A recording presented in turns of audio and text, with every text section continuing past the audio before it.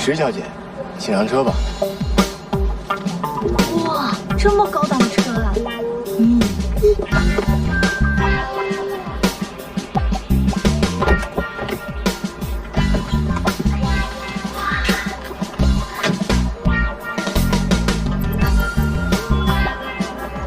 小孩子真可爱，坐起来真是。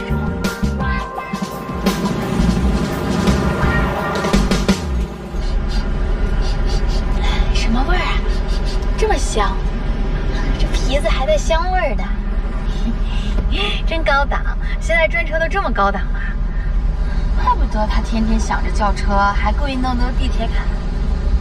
石小姐，你有什么事吗？那个师傅，你这车钱，不是，我是说这种档次的车是不是也不便宜啊？我来接您是免费的呀。这我就放心了，我就说嘛，我跟丸子这交情，回头我请他吃顿麻辣烫就回来了。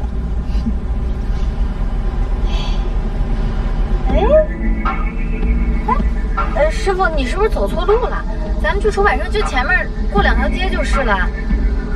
石小姐，让我来接你的人在别的地方等您，我现在送您过去，你稍安勿躁。丸子也真是的，书展会改了这么远的地方，不早点跟我说，早知道我早点起来了。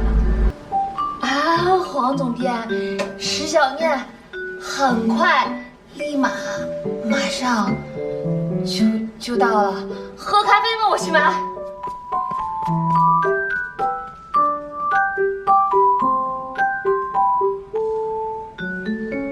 对不起，您所拨打的电话暂时无法接通。石小念，你去哪儿了呀你？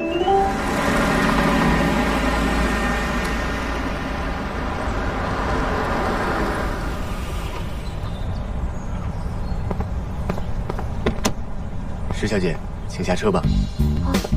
这就到了。哇，这么奢侈啊！这审稿会真开在这儿啊？这是龚先生的家呀。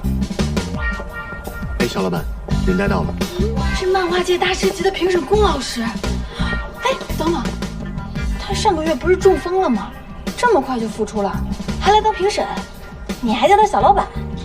这是什么漫画界里的新梗啊？请吧。还有龚老师啊。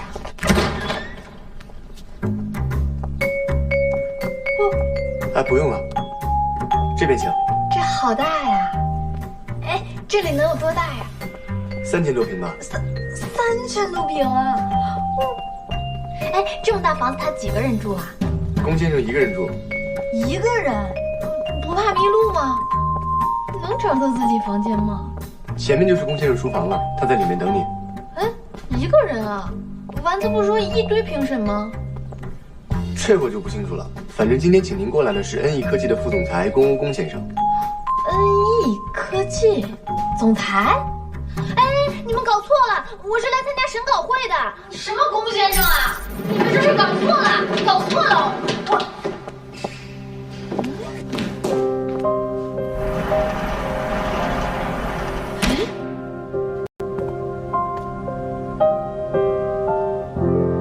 你带我来这儿干什么？我还有事儿呢，我得赶紧回去了。哎，石小姐，龚先生等您很久了。什么欧？我管他是谁呢？我有事儿，我得走了。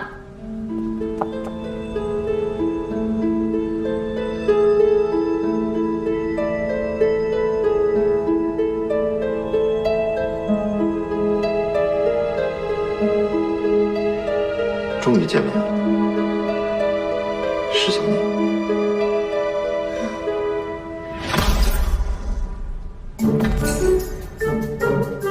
那个，我大概明白情况，是那个小丸子给我叫了一个车在楼下，你们正好也在楼下等人，我就误会了，上了你们的车，不好意思啊，让你们既没接到人，我也耽误事儿。要是没什么事儿，我就先走了，我还有个漫画审稿会，不打扰了。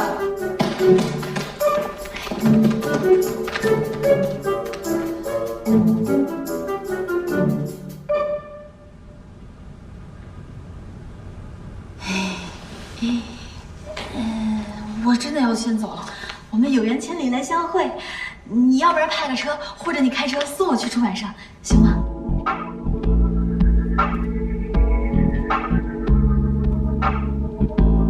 不用了，我自己走过去就行了。你还要装到什么时候？我装什么了？什么意思呀？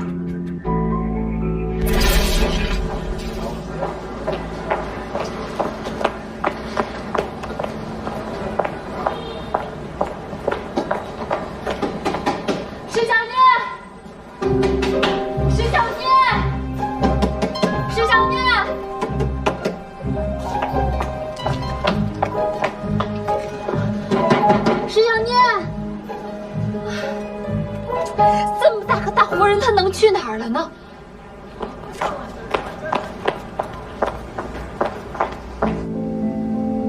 你跟宫羽之间到底有什么关系？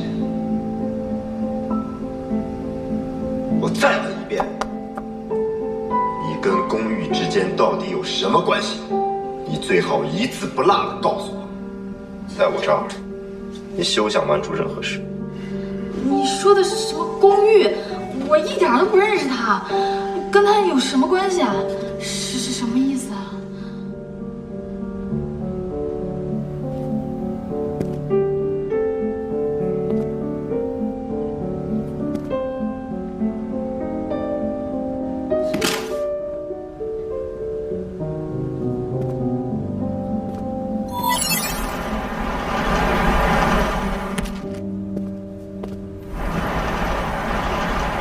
石小姐。你放心，宫欧先生绝对不会伤害您，但您最好把真相说出来。什么真相呀？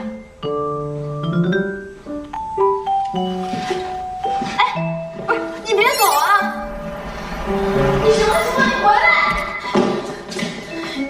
哎，人呢？门呢？刚才明明他们两个这么过来，出去了。哎，什么情况啊？不会进入了什么武侠小说里绝世高人修炼的山洞吧？18线少女漫画家神秘事故，已无入人间别墅，再也不见天日。啊！不行，我得出去。开门！芝麻开门！带明月的，消灭你！开门！开门！妈咪呼！轰！开门呐！门叔，门大哥！哎，石小念，你到底去哪儿了呀？电话不接，微信不回。我是不是上辈子欠了你200两银子啊？这辈子你这么折腾我？哎呀！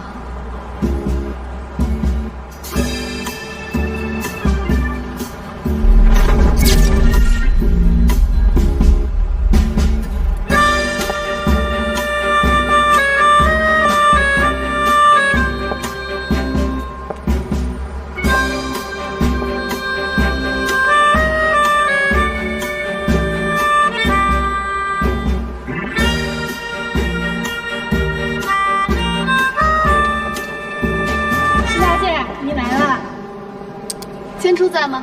陆总在的，陆总一天都在等着你呢。千初就算等我，还会告诉你们呀？石小念！陆总，实在不好意思，我没拦住他。他不在啊？让我走。你是石小念的朋友吧？你来这儿干嘛呀？我告诉你，我忍石小念已经够久了。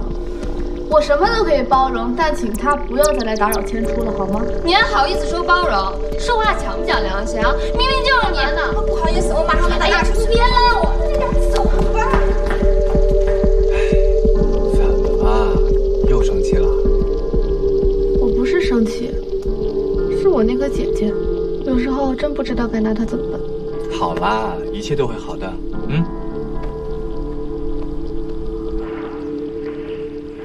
放我出去啊！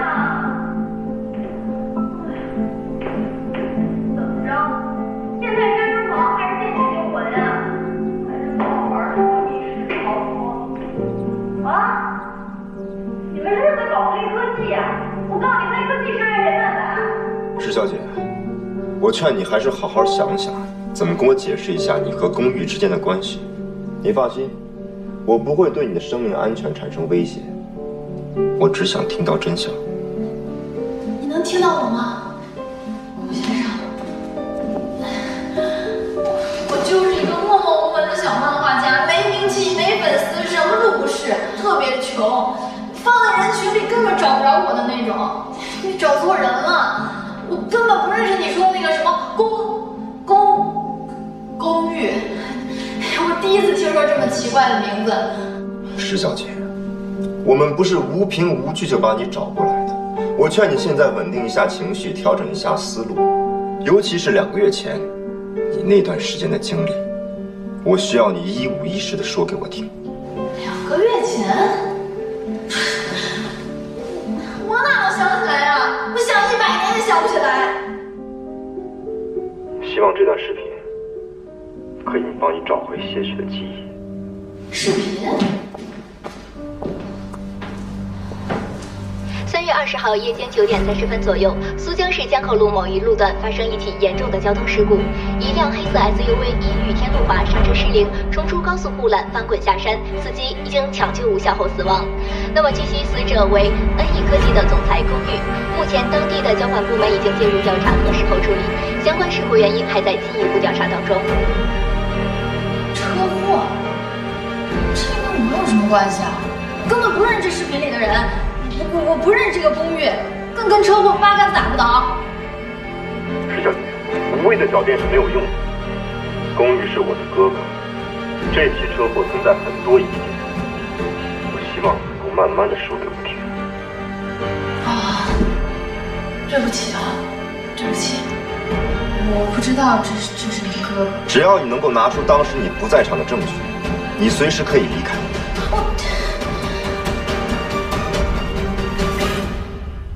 3月20号。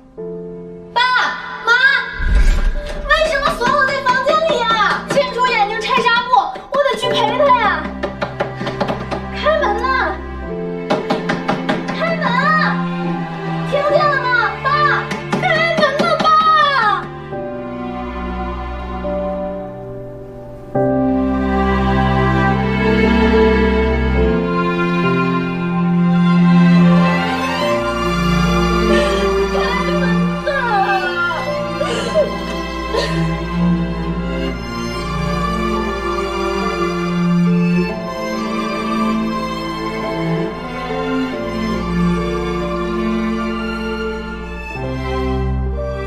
千初，我是你的美少女战士，我叫石迪。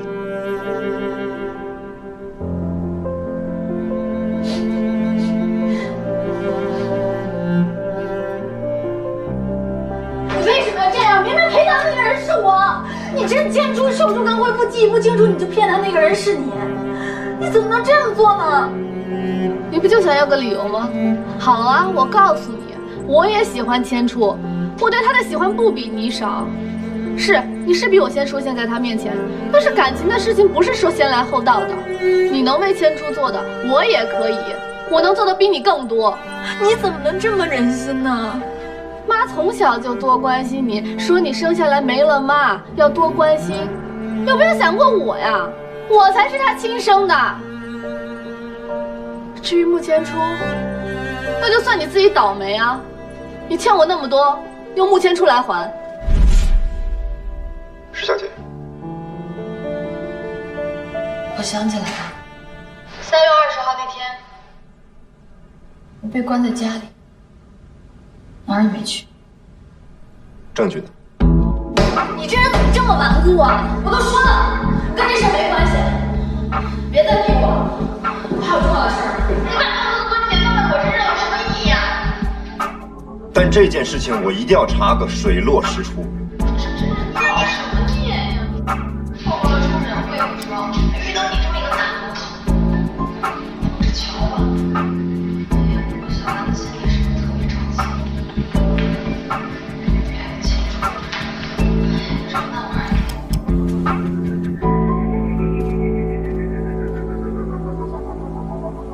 兄弟，恐怕再也没有机会给你拍一张这样的照片了。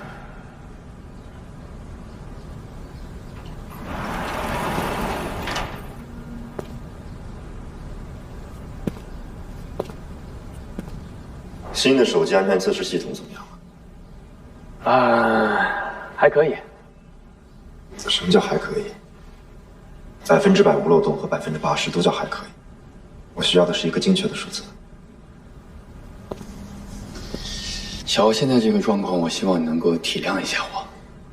我压力也很大，既要抓管理，又要抓产品，大事小事都是我一个人来操心。虽然说现在安逸还可以正常的运转，但是内部已经人心惶惶了。你也看得到，咱们有很多正在进行的项目也不得不停下来，大家需要一个时间来适应。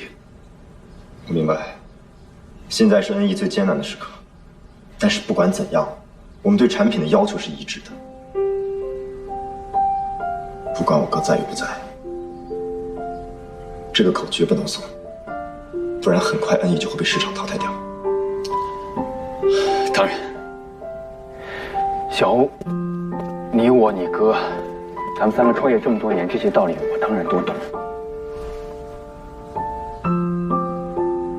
只是现在安逸正处在一个危机时刻，所以我在想，对于产品的要求是不是可以降低一点点？绝对不行。恩义的立足根本就是对产品的保证，如果这个都保证不了，恩义就真的危险了。好，我去跟大家沟通，再坚持一下，都会好起来的。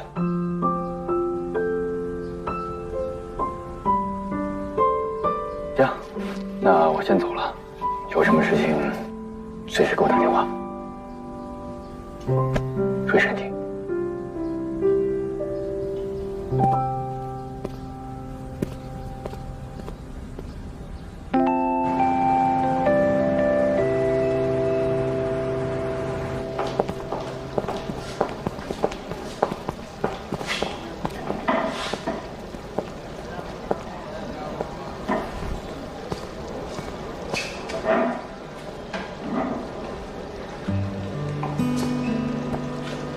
看看，想吃什么？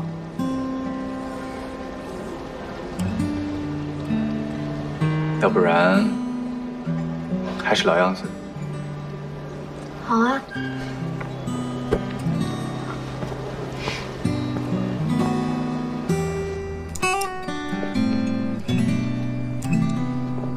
好吃吗？当然吃了。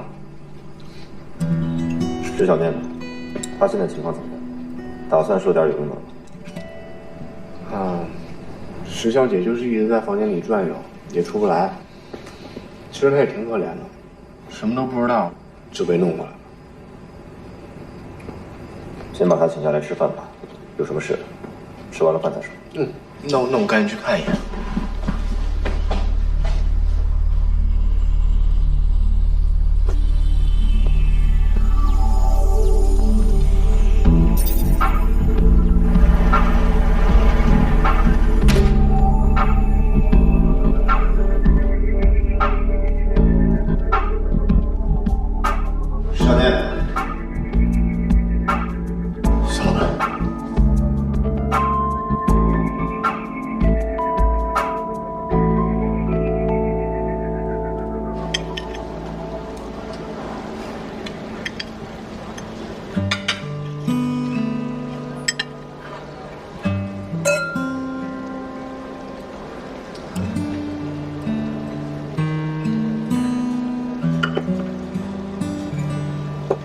小迪，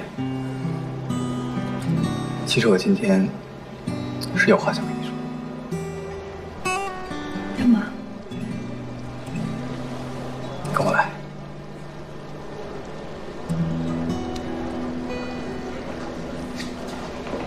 神经病啊！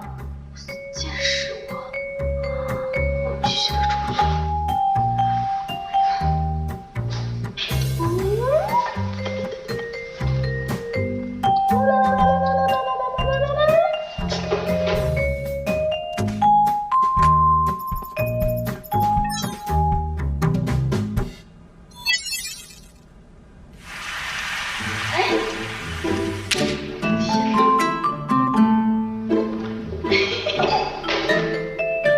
这怎么办，小老板？能怎么办啊？把她找回来呀！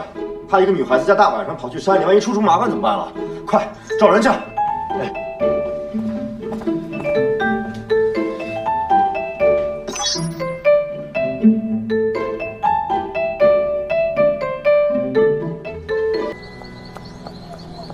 什么变态才会住在这种深山老林的地方？还好我机灵古怪，用我的巴啦啦小魔法。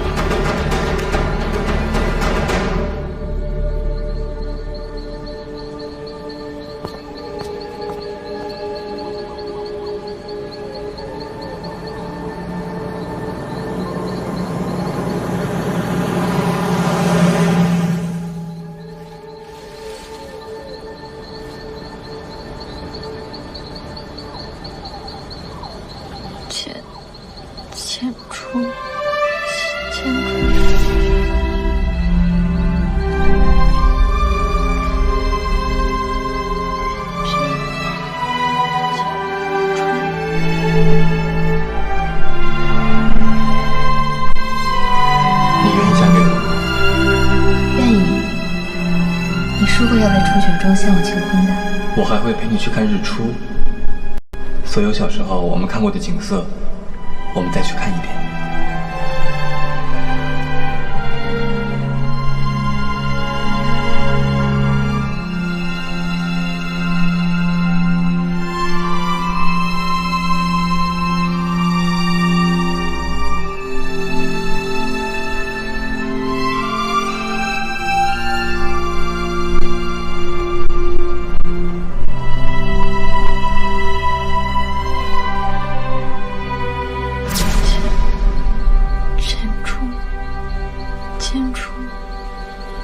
小老板，我在咱别墅后面的树林里都看见石小亮了，结果还是给他给跑了。你是说他跑进了我房子后山的树林里？对。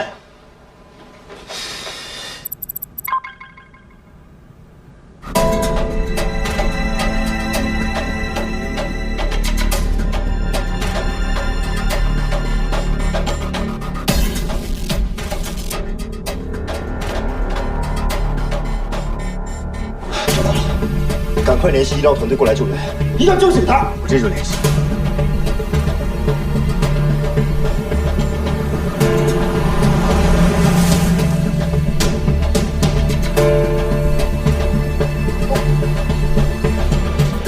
你小心点。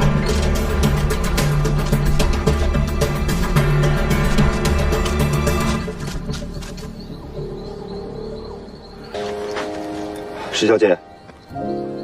石小姐，医生，怎么样？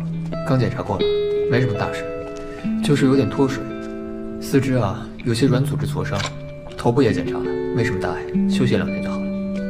谢谢啊，医生。哎，医生，这边请。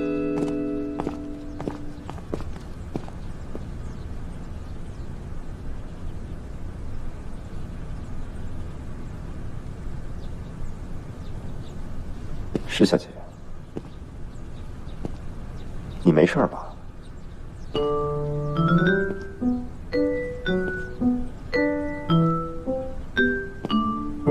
石小姐，想跑，你就想这么一跑了之了？你也太小瞧我公了吧！这个噩梦怎么还没醒啊？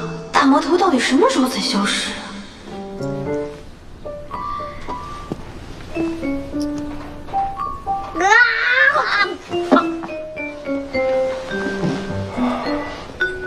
石小姐，我现在可是你的救命恩人，你就这么对我？救命恩人？我让你找我了吗？我求你了吗？你把我反锁在那个房间，我跑都跑不出来，我知道你是好人坏人，我不跑，那你对我欲行不轨怎么办呀？欲行不轨。麻烦你照照镜子，看看你现在这副模样。我对女人的口味可没这么重。你如果没什么事了，就收拾收拾。我还有一些事情要跟你继续核实。这已经是第2天了，完了，我的审稿会彻底结束了，我这漫画也出版不了了。就是怪你，你为什么非得在昨天那么重要的节骨眼上耽误我呀？非得问我什么公寓的事儿？我这损失你根本都赔偿不起，还有精神损失费，我回去一起找你算总账。算总账，好啊，那我现在就好好给你算一笔账。我请来的专业医疗团队1天的酬劳，你先结了吧。酬劳这么狠？给你就给你，但是我得分期付款，没有现金，2年24个月没有利息，可以吗？我还没说完呢，正常的价格你是知道的，但昨天是在夜里 ，double。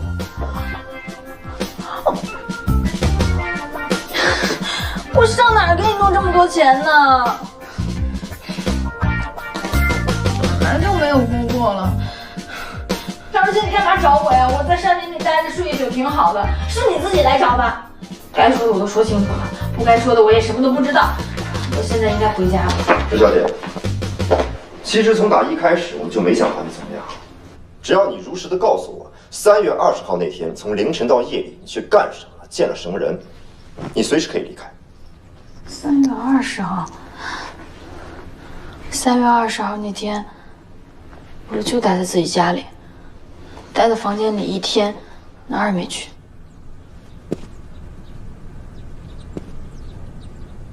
我的忍耐是有限度的，你不要敷衍我。你看，我不说你怀疑我，我说了你还怀疑我，这些问题你都问过了，我就隔了1天，在山林里待1宿，我也照样不知道。要不这样吧，你把你的医护团队找回来吧，你告诉他们我很好，我没事，你看我多健康，还活蹦乱跳的。你说，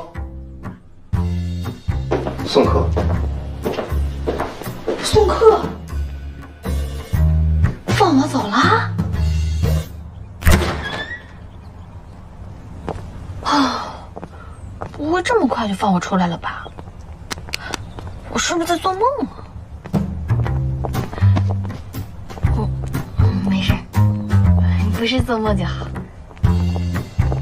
哎，他说真让你送我回去了，不会是送到别的地方了吧？不会啦，小老板都说了让我送您回家。哦，我自己来。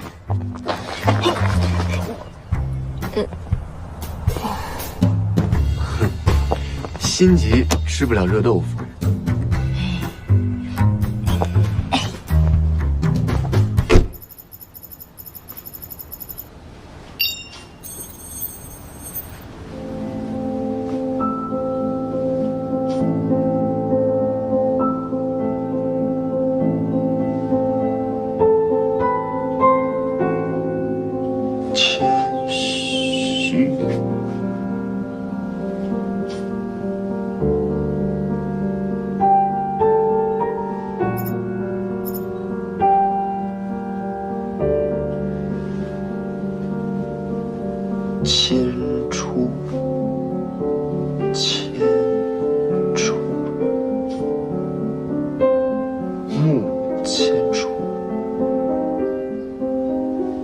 难道是穆氏集团的穆千初？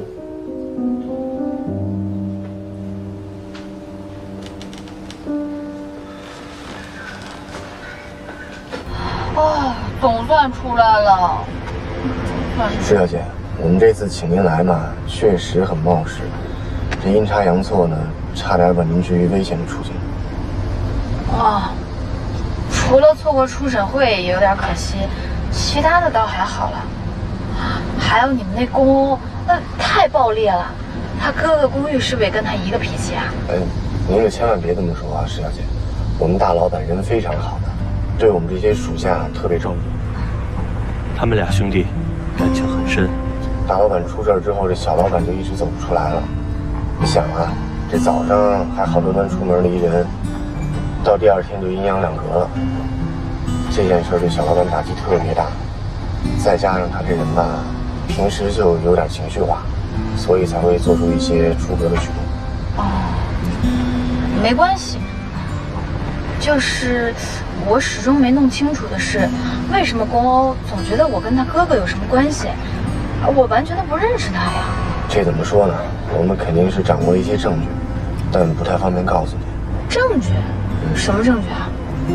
这个您就别深究了，我们真的是为了您好。其实小老板这个人啊，虽然表面上看起来很偏执，但本心很善良。你看你昨晚跑去山林，他第一时间就去救你，生怕你出什么事儿。是吗？没关系，的确没什么事儿，大家也是误会一场，我不会太计较的。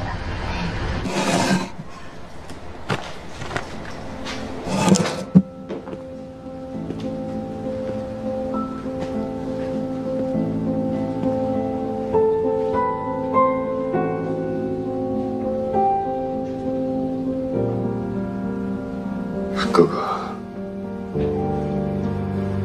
我不相信，我不相信。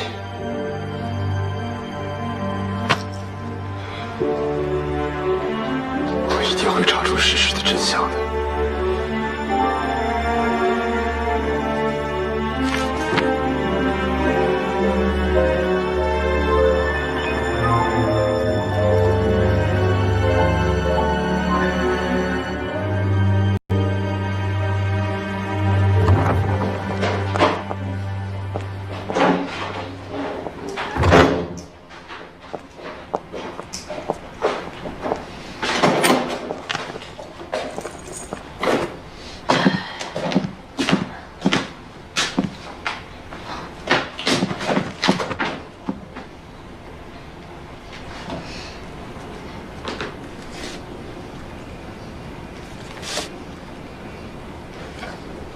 喂，小丸子，石小念，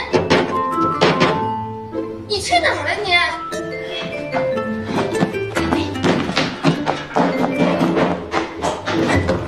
石小念，你这个白眼狼，这天你到底去哪儿了？石小念，电话不接，家里没人，你知不知道我满世界找你？真的是吓死我了！是我不好，丸子，我错了。那个，我那漫画怎么样了？主编是不是很生气啊？主编大发雷霆，出版的事儿怕是悬了。那怎么办呀？你快帮我想想办法呀！现在只能编一个合适的理由去跟他道歉求情了。你知不知道，为了骗他，我连你被坏人带走这种事儿我都扯出来了。老实交代，你到底去哪儿了？小念，你这怎么受伤了？没事，丸子。不过这回被你说中了。我遇到的这个人真跟坏人差不多。坏人？我出门以后上的车，我以为是你给我叫的专车呢。我想都没想就上去了，结果可倒好，给我拉到一个荒郊野外的大别墅去，特别大。石小念，不是我说你什么时候能学聪明点？哎呀，这不是重点。然后呢？然后就是被一个叫公公的人给叫走了，他就问我问题，我也不知道，他就一直问，根本跟他没法交流。还有，他是什么 NE 科技副总裁，谁信呢？现在总裁要求也这么低呀？哎，你快帮我想想我那个漫画的事儿啊！哎，你说的是皇宫的宫，欧洲的欧，叫宫欧是吗？应该是吧？你认识他呀？呀，谁不认识宫欧啊？是身高1米83，体重65公斤，拥有8块腹肌，年仅28岁的国际集团 NE 副总裁，宫欧吗？你知道的也太详细了吧？哎呀，反正挺高的。哎，小念，其实我觉得吧，你又不想告诉你去哪儿，你可以不说嘛，谁还没有点小秘密啊？真是，我说的是真的。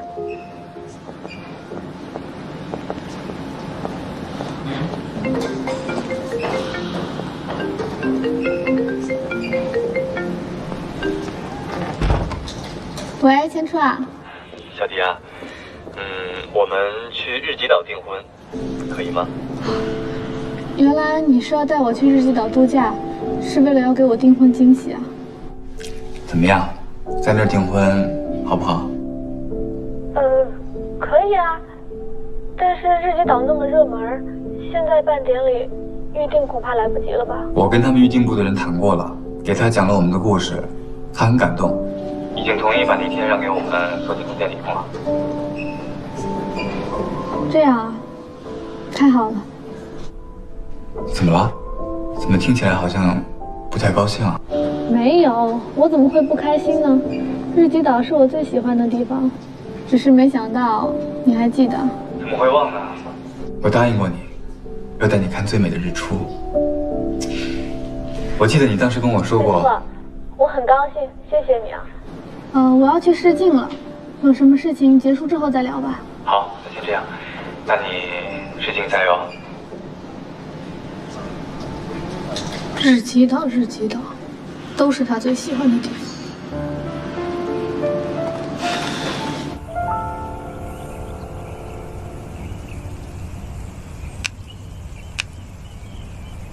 这周的各个项目进度大体就是这样，我也按您的指示，把各个部门的人手都安排好了。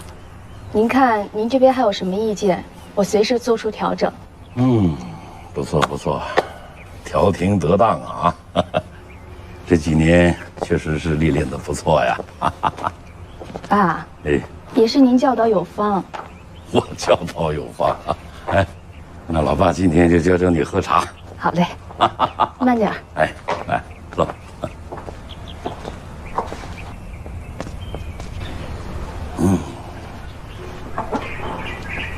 爸，有件事情，我想听听您的看法，是关于迁出订婚的事情。您不是一直都对石迪有些成见吗？而且您一贯看不上娶小明星进门的大富之家，怎么到迁出这里就破例了呢？小雪啊，你弟弟打小就体弱多病啊，眼睛又不好，所以我一直就在想啊，只要他能把眼睛复明了，只要能身体好起来，只要他能天天开开心心的过日子，他想娶谁，他愿意干什么，就随他高兴吧。可是我听说，这个石迪是个相当有手腕的女孩。你说这个女孩子如果没有手腕的话，她怎么可能让你弟弟娶她呀？女孩子啊，在感情方面花点心思，这是对的。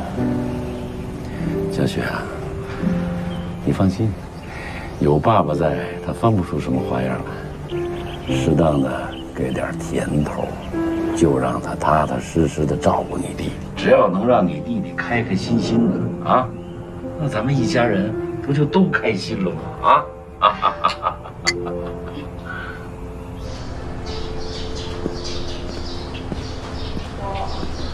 行了，准备过了。好，换场了，集体精神，大家速度快点。来，这两哥们儿，你去给我买杯咖啡吧。哎，好。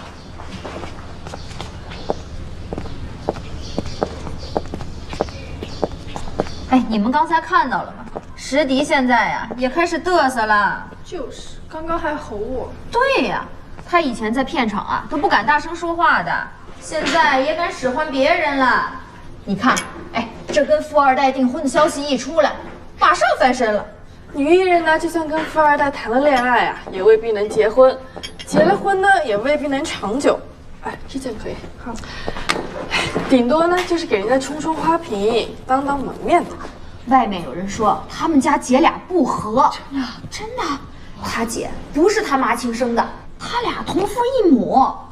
哎呦，石迪老欺负人家呢。说的跟真的一样，我看呀，你就是羡慕人家傍上个富二代吧。不过我听说呢，他们是青梅竹马长大的，应该是奔着长久去的。哼，石迪姐，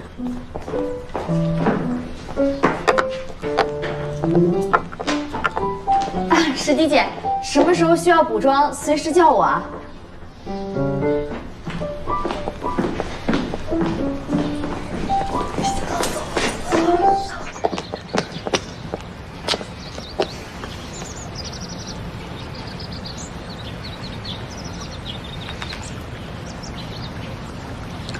喂，妈，石小念的电话你打通了没有？小念电话一直打不通。啊，小迪，你别着急，要不晚上我再试试。那我不管，我晚上我就要见千初了。没时间了，就这点时间，我得见到他。你要不联系他，我就自己联系他了。回家我要看见他。谁啊？还能是谁？小迪呗。干嘛？奇怪了，这孩子，他说今天一定要见小念一面，真不知道他在琢磨什么呢。嗨，这关咱俩从小啊太宠他了，他才会变成现在这个样子。你说说，他为难我们俩也就算了，小念跟千初这孩子的事，我们已经对不起小念了。如果他再为难小念，我怎么好意思呢？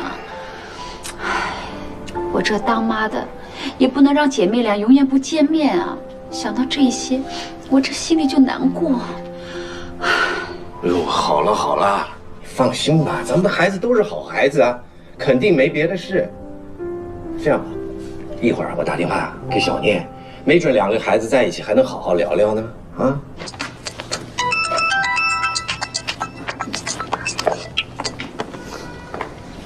喂，爸。小念啊，你在哪儿啊？你妈说她打电话给你找不到你人，她担心的要命。这段时间都没回家，是因为我这边忙呢，有事儿。你妈她想你呢，你要不现在回来一趟？你妈她刚才有点喘。我妈哮喘病又犯了。哦，我知道了，那我这就回去啊。哦，好嘞，我给你妈在家等你了。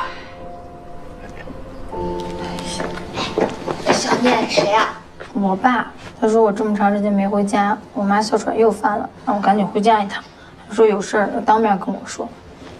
小念啊，你要是知道了什么事儿以后，千万要沉得住气，别冲动。有什么事儿回来跟我商量，我永远是你最坚强的后盾。哎，我爸我妈又不会刁难我，没事儿，能有什么事儿？我回去看一下就知道了。哎，然后我回来以后跟你一起去跟总编道歉。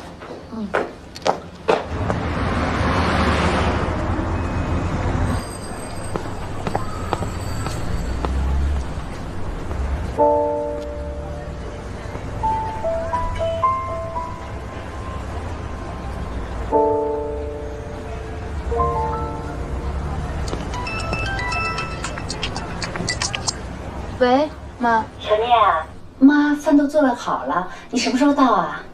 哦，我在楼下，那我现在上去。好，妈等你啊。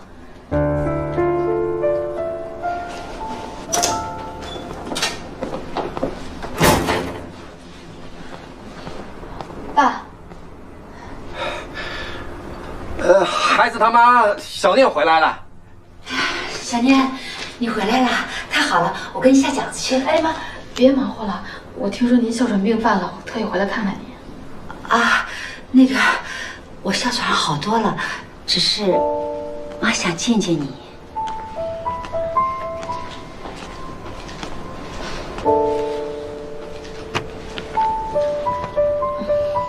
啊，那个今天的馅儿是妈特意为你包的，是你爱吃的韭菜鸡蛋，我现在就给你下。妈，别麻烦了，我也不太饿，我看您没事我就放心了，那我回去了。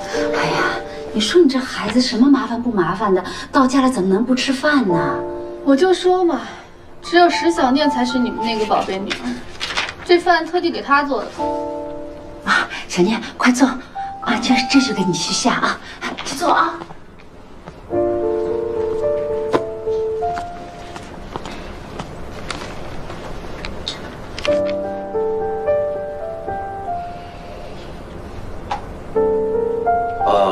我去厨房添点水啊。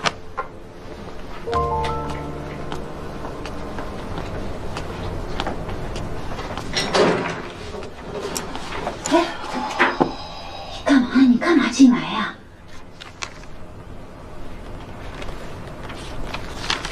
怪不得爸妈那么疼你，你才是那个知冷知热的女儿啊，不像我，做什么他们都不在意。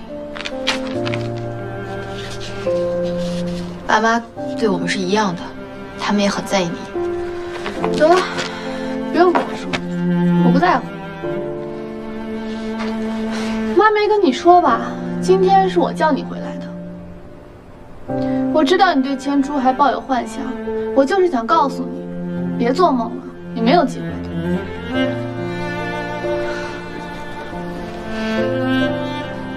我才不相信千珠会一直误会下去的。那你想怎么样？你觉得你还能再把千珠骗回来吗？蒙骗人的是你吧，小迪。做人要讲良心，你就不怕有朝一日被揭穿？千珠最讨厌别人骗她了，你不怕伤害她的感情吗？我现在管不了那么多了。现在千珠的女朋友是我，也只有我一个，你算什么呀？你在她心里什么都不是。她们姐妹俩吵架，什么时候听我的劝呢？还是你去合适。这种你说的话，她们会听一点啊。哎你，小迪，我从小到大处处向着你，因为你是我妹妹。可是，在千珠这件事上，我绝对不会让步的。我会让她知道，从小到大一直陪在她身边那个人是我，不是你。好啊，你现在去告诉她呀，你去跟她说呀，你跟她说，你看她相不相信你？你不要欺人太甚了。是，你是大明星，我是一个不入流的漫画家，可是我有跟他在一起的回忆。你敢打保票？你记得和他在一起的点点滴滴吗？不记得又怎么样？千珠还不是跟我求婚了？求婚？什么求婚啊？就是求我嫁给他呀！我才不信呢！你现在跟我说的话，我半句都不信。你看清楚了，这是千珠跪下跟我求婚的时候亲手给我戴上的。你要不相信，你就去网上搜一下呀。难道那么多人陪我一起骗你吗？不可能，千珠还没看我给他的漫画，他不会这么做的。他已经这么做了。你知道我们在哪儿订婚吗？日基岛，景色很美的。千珠说是为了要完成我的心愿。日基岛，那是我跟他约定要一起看日出的地方。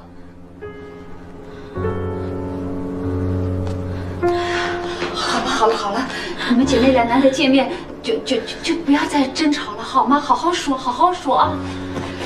我告诉你，石小念，我跟千珠的订婚，你去也得去，你不去你也得给我去。还有，你对千珠不要再有任何想法了，她是我的，她以后也只会是我的。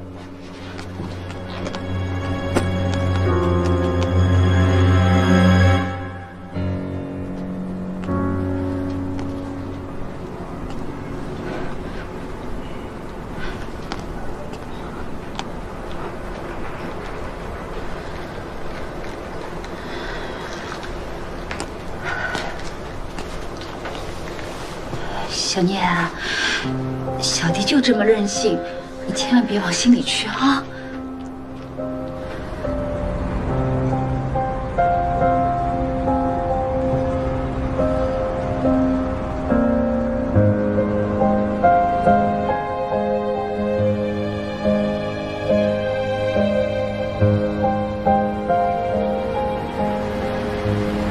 媒体上都是乱写的，小迪也是骗我的。千珠怎么会跟小迪订婚呢？肯定都是骗我的。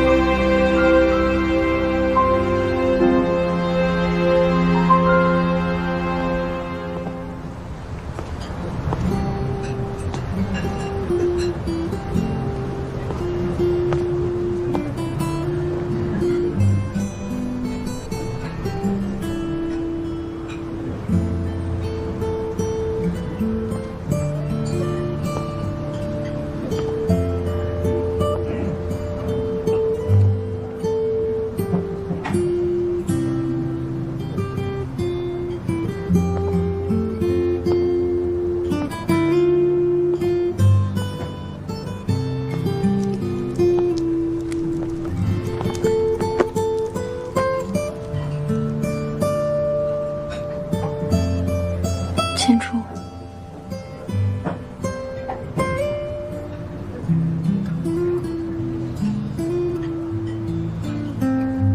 你怎么找到这儿来的？小迪跟你说的吗？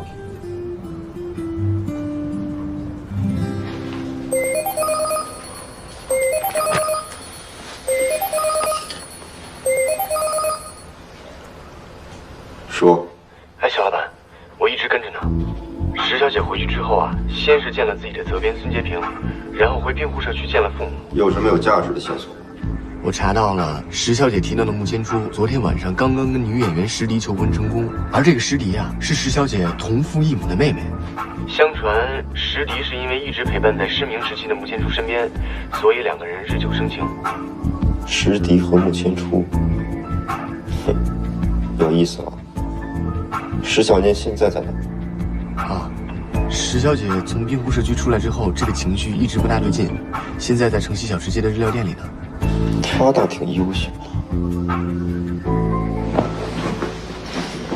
你好，请问两位想吃点什么？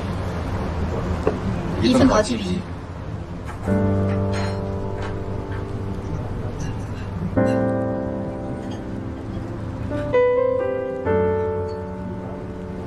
从来没有见过哪个女的这么喜欢吃烤鸡皮。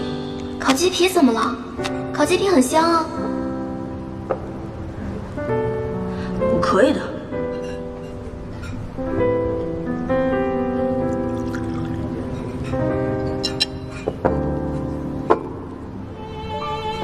我们为什么不做对桌？我觉得这边挺好的，挺舒服的。快点吃，到时候回去晚了就要被阿姨发现了，我下次就不能带你出来玩了。我才不想回医院，疼得我都要长毛了。你再不吃，这些都归我了。我吃，我吃。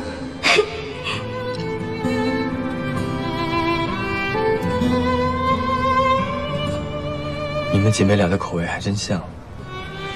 小迪以前也最喜欢吃烤鸡皮了，只不过当她当了演员之后，就不太敢吃了。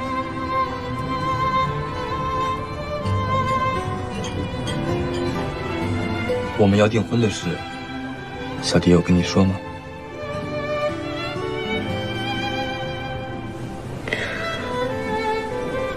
我知道。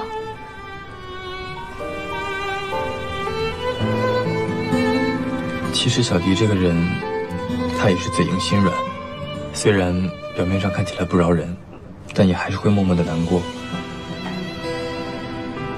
我知道你们姐妹间有些不愉快，所以我想在结婚之前，把所有能够干扰她的问题都解决掉。你能坦白的告诉我，是为什么吗？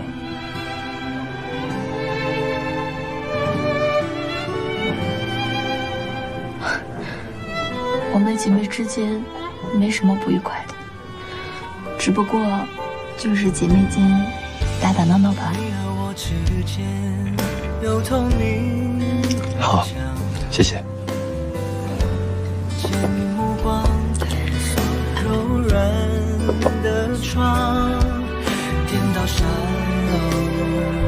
是否能倒转时光？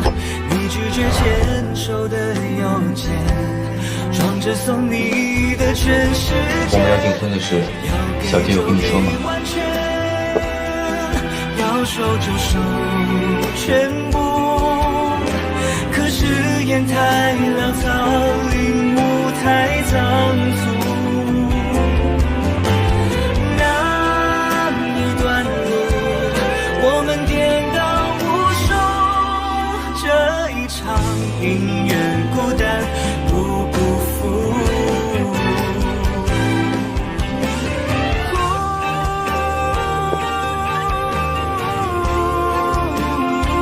你们姐妹之间的事，我多少听说过吧。你羡慕我跟她之间的感情，尤其是对我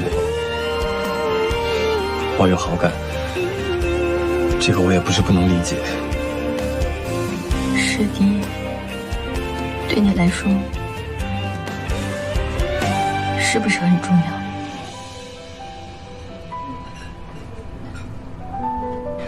这些年的事情你也知道，虽然出国治疗这么多年没有见到，但小迪一直是我心里坚持下去的力量。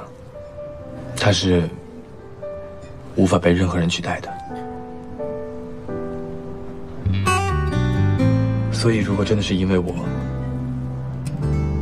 那我也只能说抱歉。你是他姐姐，我们也很想得到你的祝福。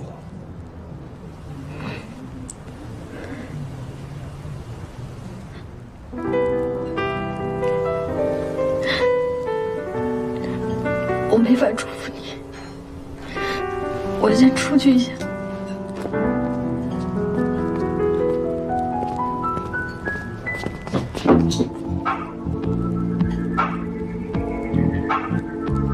说话回去好好想想。你当然很悠闲啊！哎，不能进去！放开！放开！干嘛？不能进去！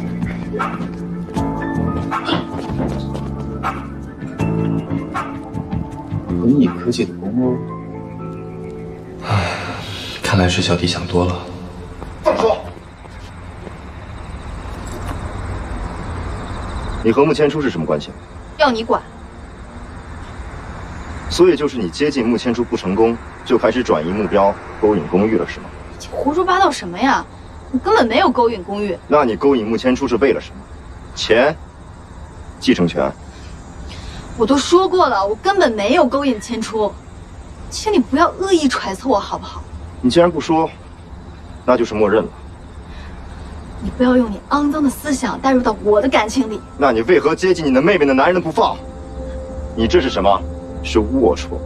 你要么就是你这个人有道德瑕疵，要么就是在用感情做等价交换。是不是在你眼里感情都可以用来等价交换啊？请你不要不分事情的真相就来恶意揣测我好不好？还有，不要用你奇怪的三观带入到我和千初的感情里。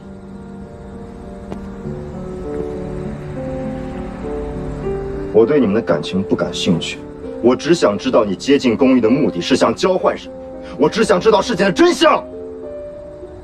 这根本不存在的事，我给你什么真相啊？你这人是不是有意思呀？我根本都不认识你说的什么公寓。你在逃避什么？我逃避什么了？你想在我这儿得到什么，我也给不了你啊！我现在无论说什么，你都已经有既定的答案了，对吗？我不会错。我真是不明白你为什么这么断定，一口咬死我和公寓有关系呢？米生也说有证据，你们的证据在哪里？是什么我都不知道。雨生，听到没？还在演。来，你继续编，我听着。你想怎么做就怎么做吧。对自己杜撰出来的剧情深信不疑，你又何必问我啊？还有什么等价交换？你那个公寓有多大能耐，值得我去等价交换啊？再叫我哥名字试试，再说一遍。怎么啦？米生，咱们走，去他家看看。凭什么去啊？石小姐，您就配合一下吧。如果真没有什么问题的话，我们也不会为难您的。你想去我家干什么？那随便找，我看你能找来什么。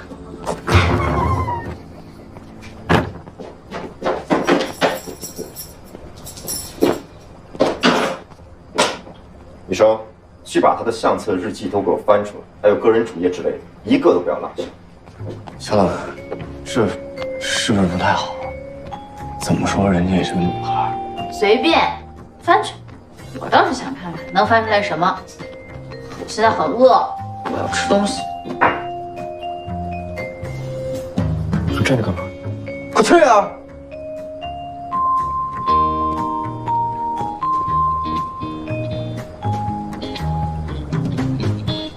在干嘛？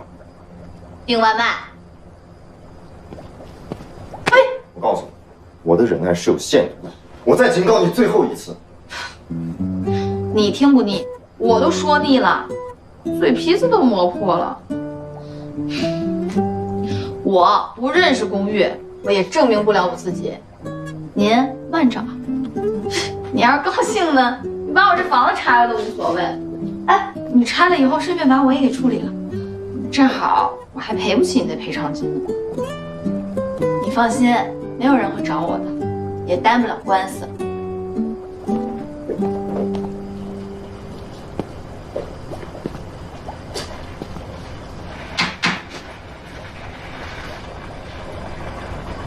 你随便。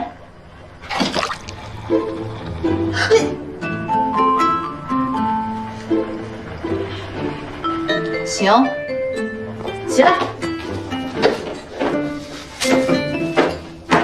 干嘛去？我做饭，我这一天肚子都快饿死了。等我有力气了，你再来收拾我。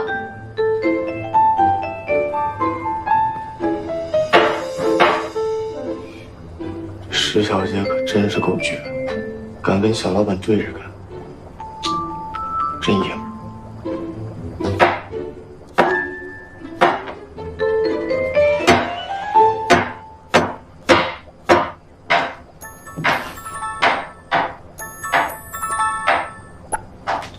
喂，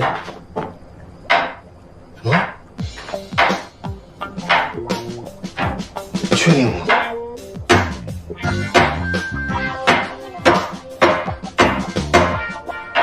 帮我知道。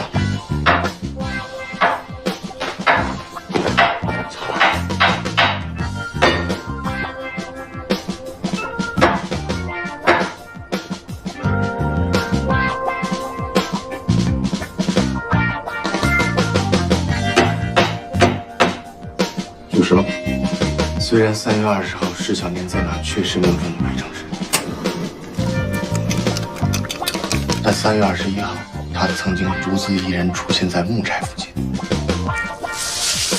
我们还调查了他信息年的关系网和行动路线，包括出国、旅行、就职等一切去处，跟龚玉先生完全没有重合的部分，完全没有。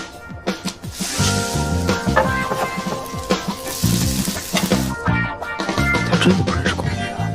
基本上没可能认识。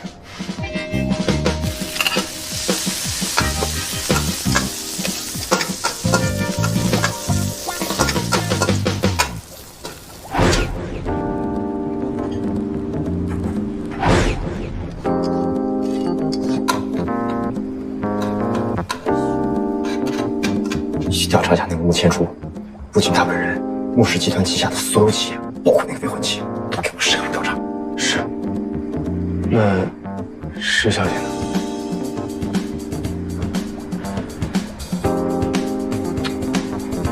这里边一定有问题，你先去调查清楚。这个女人没什么简单，去吧。好，跟我去。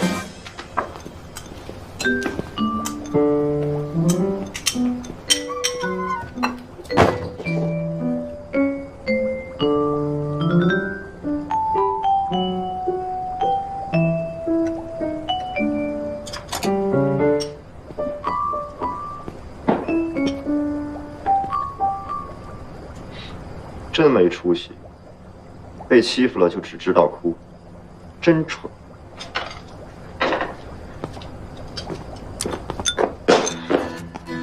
你连吃的也要跟我抢啊？我饿了。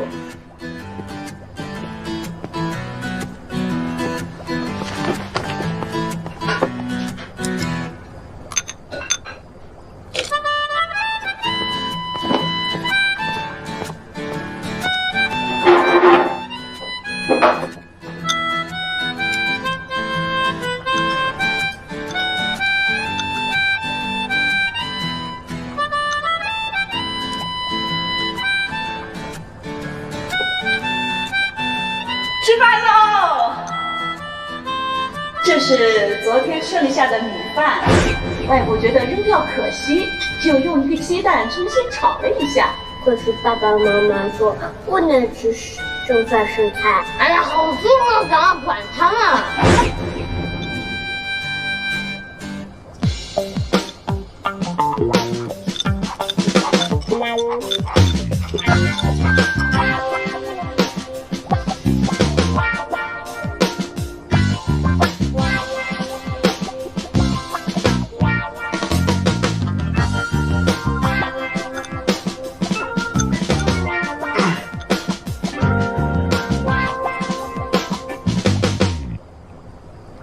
千初是你喜欢的人吗？关你什么事儿啊？你去制造点商业丑闻，等他们企业股价大跌就收购他。你说什么呢？脑子里是不是进水了？你不是不想让他们订婚吗？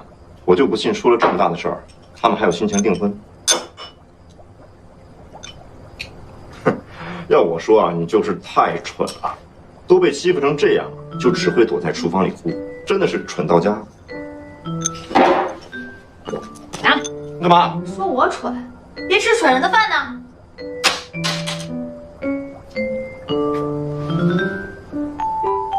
不就是一碗炒饭吗？至于这么小气吗？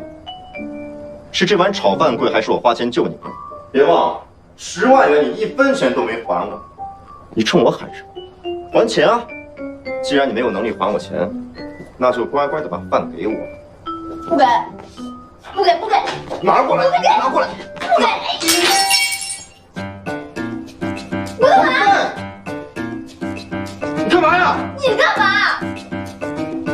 你给我出去！出去！放开我！你是谁呀你？你有什么特别的？你凭什么要破坏我人生中所有重要的场合？莫名其妙的把我绑走，破坏了我的初审会。我好不容易见到千初了，你又出现了。现在好了，你还在我家跟我抢吃的，吃着我的饭还骂我蠢，你干嘛呀？你走，走啊！放手！走啊！让我惊了！放开我！你出不出去？不出去，我喊非礼了。你烦啊！ 3、2，算你狠！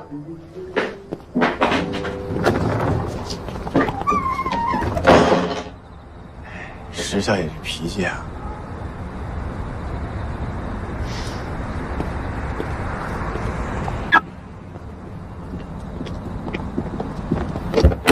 是不是有点过火？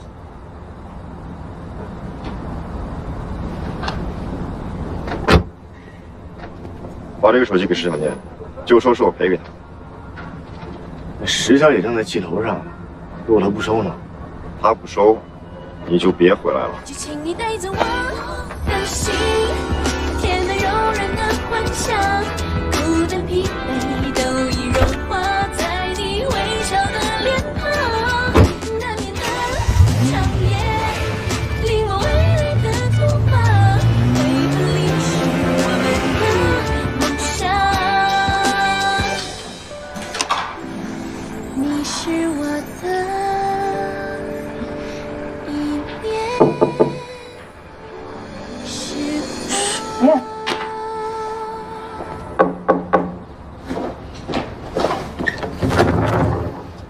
你怎么又回来了？石小姐别生气，我是送门来送手机的，送完我就走。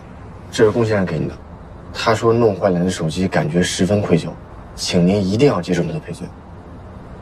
我不要。龚先生还说了，如果你不接受的话，回去之后他会打死我，然后派公司员工每天过来送。要是你还不接受的话，他就亲自过来送，直到你接受为止。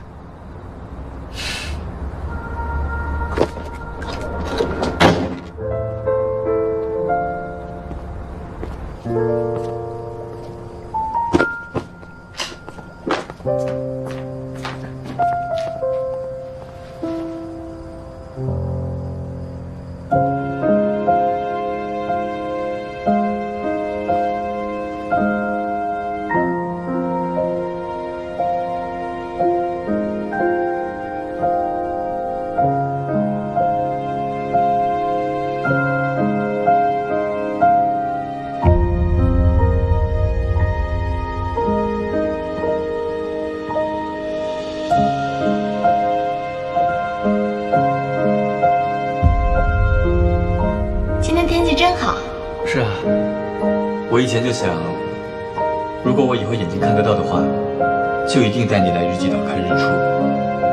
怎么样，我的美少女战士，开心吗？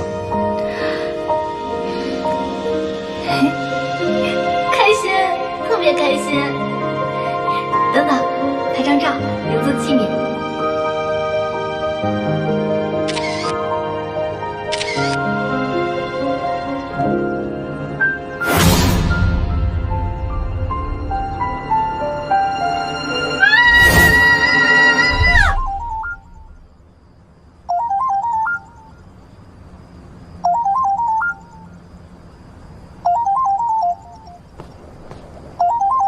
我想，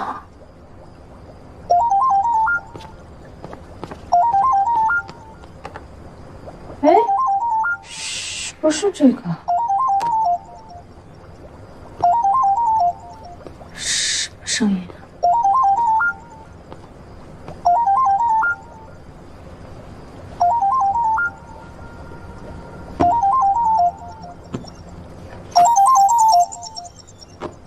哎，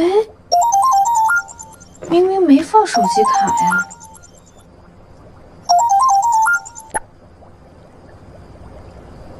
喂，喂，石小妮，你干嘛呢？你怎么才接我电话呀？丸子，你是怎么打进来的？什么？我怎么打过来的？你都关注什么呀？你没看新闻吗？你妹妹石迪和穆千初已经公布订婚了，地点就在日基岛。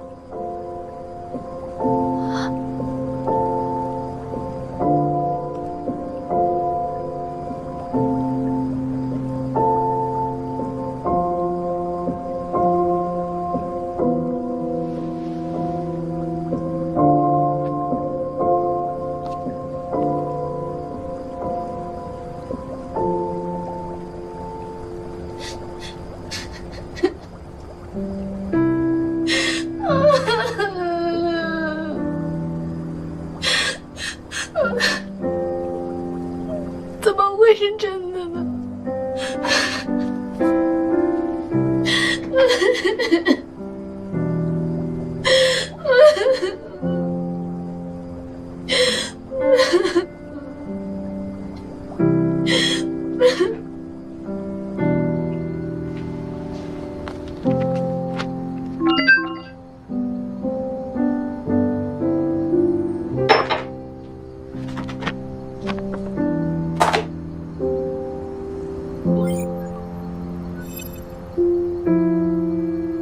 石小念啊，石小念，你果然是一个没出息的人。